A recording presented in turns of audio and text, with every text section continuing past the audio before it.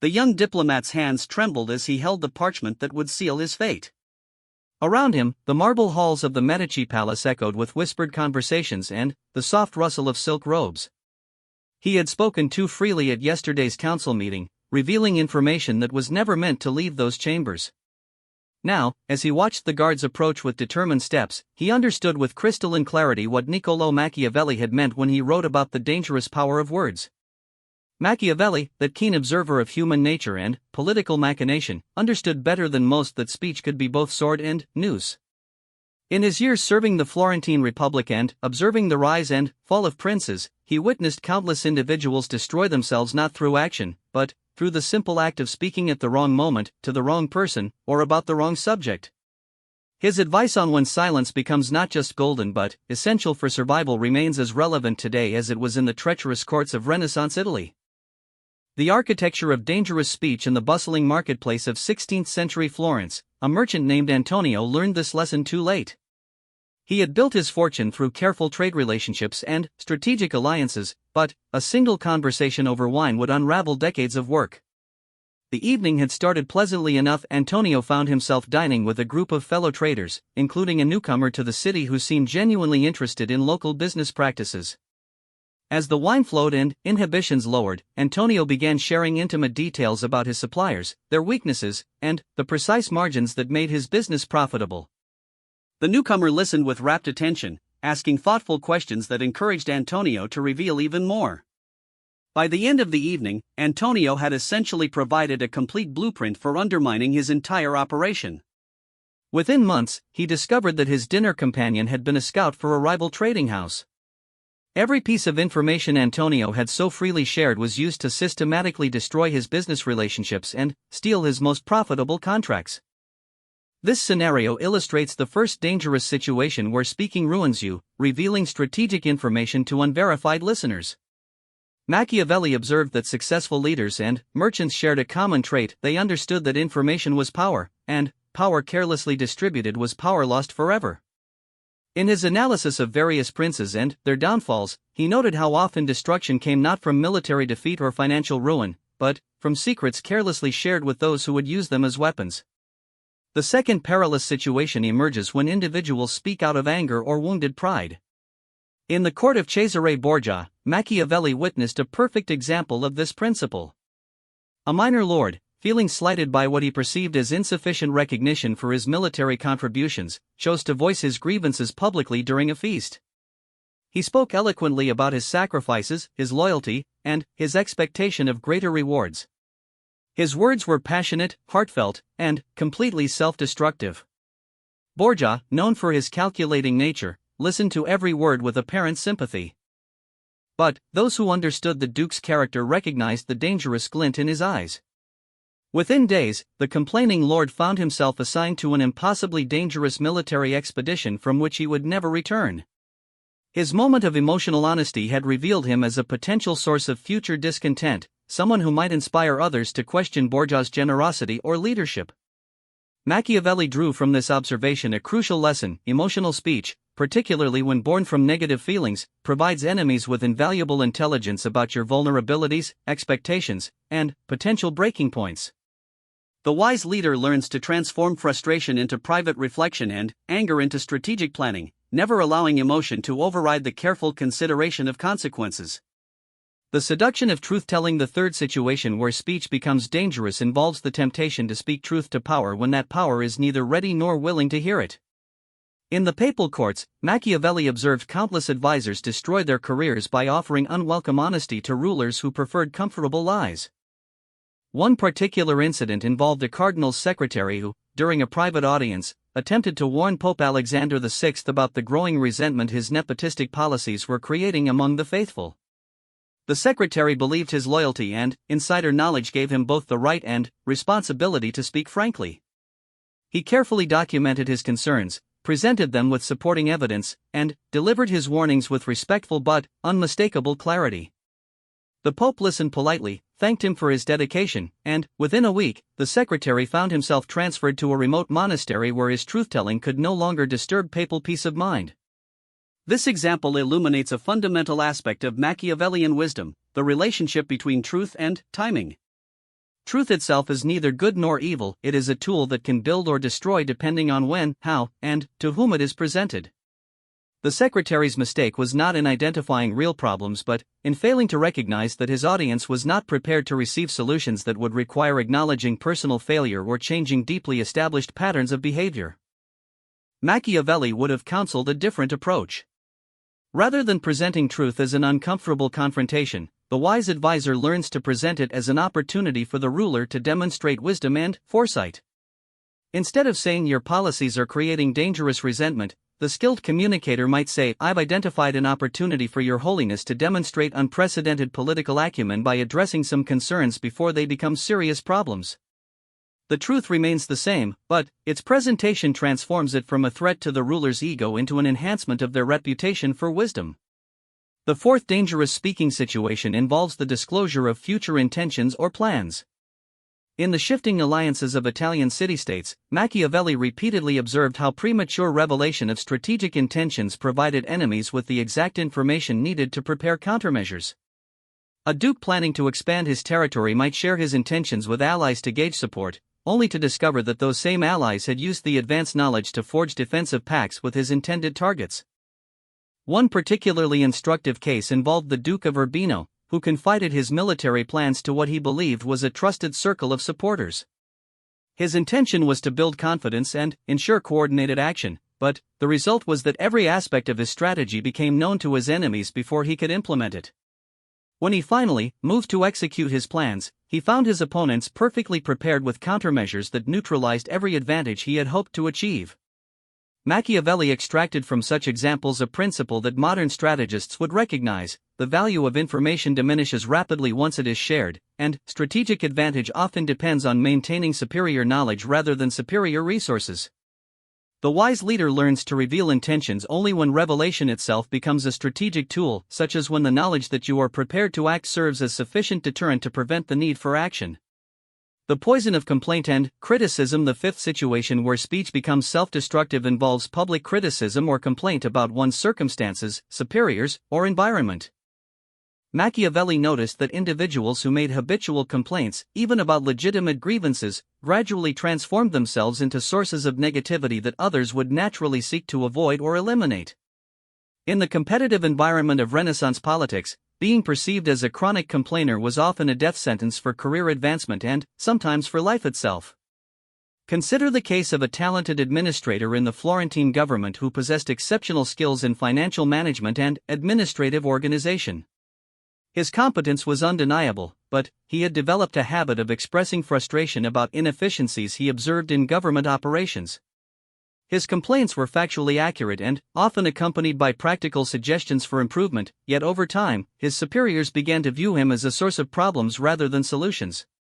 The administrator failed to recognize that his superiors often already knew about the problems he identified but lacked either the power or the will to address them. His continued emphasis on these issues served as an uncomfortable reminder of their own limitations and failures. Eventually, despite his valuable skills, he found himself marginalized and, ultimately, dismissed. His replacement was less competent but more diplomatic, someone who accomplished less but created fewer uncomfortable moments for leadership. This pattern reveals a crucial insight into human psychology that Machiavelli understood intuitively. People in positions of authority often prefer subordinates who make them feel capable and successful rather than those who highlight their shortcomings, even constructively. The wise individual learns to frame problems as opportunities and to present criticism in ways that enhance rather than diminish the ego of the decision-maker. The sixth dangerous speaking situation emerges when individuals share personal vulnerabilities or weaknesses in environments where such information can be weaponized. Machiavelli observed that successful political figures maintained carefully constructed public personas that emphasized strength, competence, and reliability while keeping personal struggles and doubts private. Those who failed to maintain this distinction often found their moments of honest vulnerability transformed into ammunition for political enemies. A poignant example involved a military commander who, during a period of personal loss, shared his grief and temporary self-doubt with officers he considered friends. His intention was to maintain authentic relationships and, perhaps, gain emotional support during a difficult time. However, some of those officers later used his admissions of vulnerability to question his fitness for command when their own ambitions required his removal from position. The commander discovered that in competitive environments, vulnerability is often perceived as weakness rather than authenticity, and weakness is inevitably exploited by those who see advantage in doing so. His moment of human honesty, which in a different context might have strengthened relationships and built loyalty, instead provided his rivals with the precise ammunition they needed to undermine his authority. The trap of premature victory. The seventh situation involves speaking about successes or achievements before they are fully secured and publicly recognized. Machiavelli witnessed numerous instances where individuals sabotaged their own success by speaking about accomplishments before they were complete or officially acknowledged. This premature celebration often triggered resentment, competitive responses, or renewed efforts by opponents who might otherwise have accepted defeat gracefully. One memorable case involved a merchant who had negotiated what he believed to be an exclusive trading agreement with a wealthy family. Excited by his apparent success, he began discussing the deal with colleagues and competitors before the contract was formally signed and witnessed. His premature announcements accomplished several destructive things simultaneously. They alerted competitors to the opportunity they had missed, they created pressure on his prospective partners to reconsider their decision, and they established expectations that proved difficult to fulfill when complications arose in the final negotiations. The merchant's early celebration transformed what should have been a quiet, successful conclusion into a public test of his credibility and competence. When the deal eventually fell through due to technical complications, his failure became a source of embarrassment that damaged his reputation far more than if he had simply pursued the opportunity quietly and announced success only after it was irreversibly achieved. Machiavelli would have recognized this as an example of a broader principle: success creates enemies, but premature claims of success create enemies while the outcome remains vulnerable to sabotage.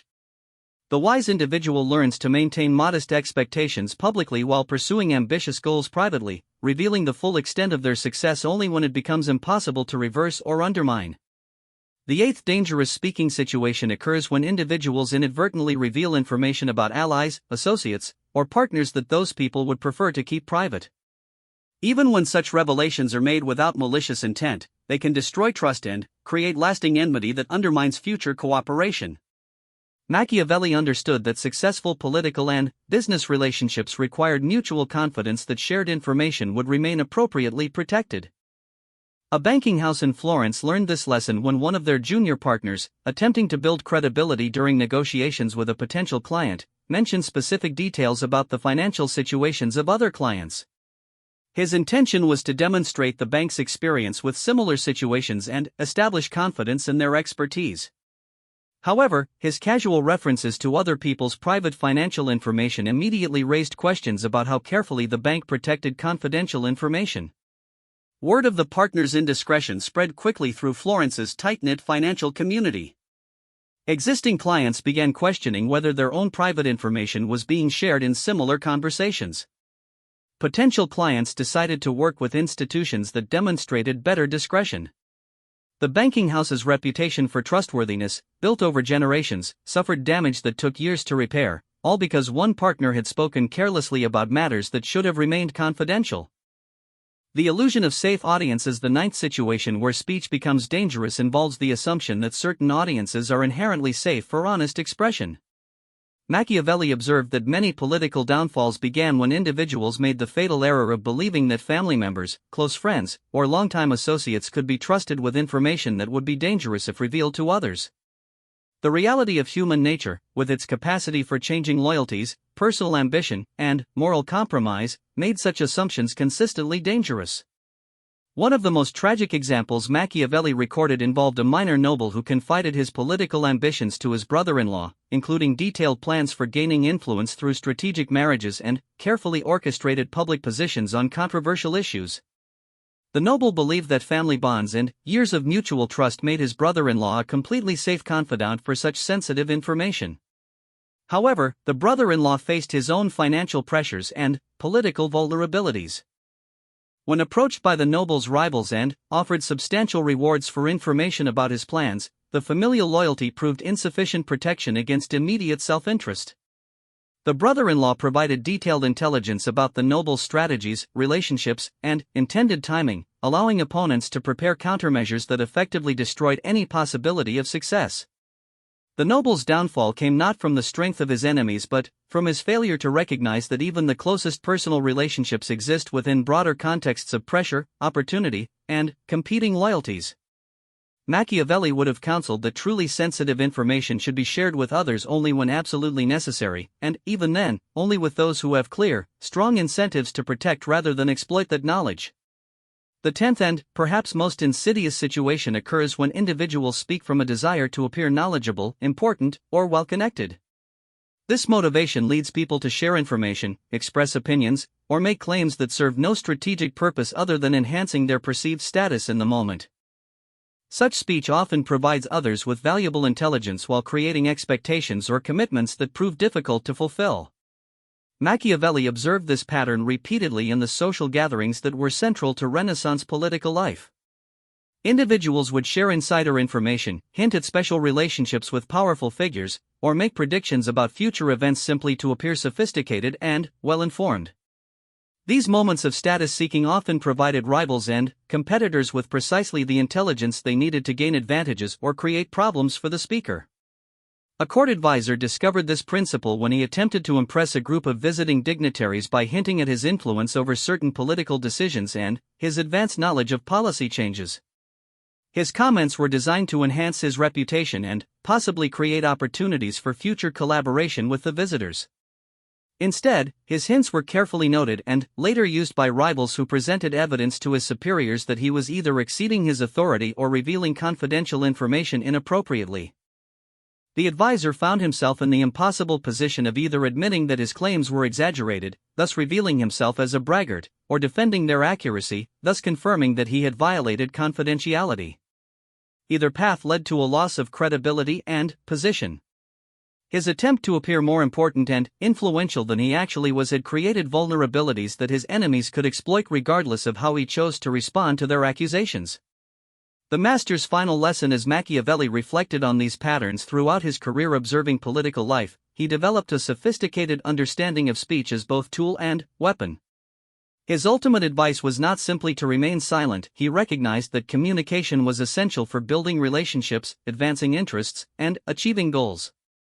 Rather, his counsel focused on the strategic consideration of timing, audience, content, and purpose that should precede any significant communication. The master strategist learns to speak with deliberate intention rather than emotional impulse, to consider long-term consequences rather than immediate gratification, and to recognize that in competitive environments, every word can become either an asset or a liability depending on how it is received and used by others. The goal is not to eliminate risk, which would require eliminating communication entirely, but to ensure that the risks taken serve clear strategic purposes and offer reasonable prospects for beneficial outcomes. In the modern world, these principles apply with equal force to corporate environments, political campaigns, legal proceedings, family conflicts, and social relationships. The fundamental dynamics of human nature that Machiavelli observed, the tendency to exploit weakness, to resent success, to reward loyalty and punish betrayal, remain constant across centuries and cultures.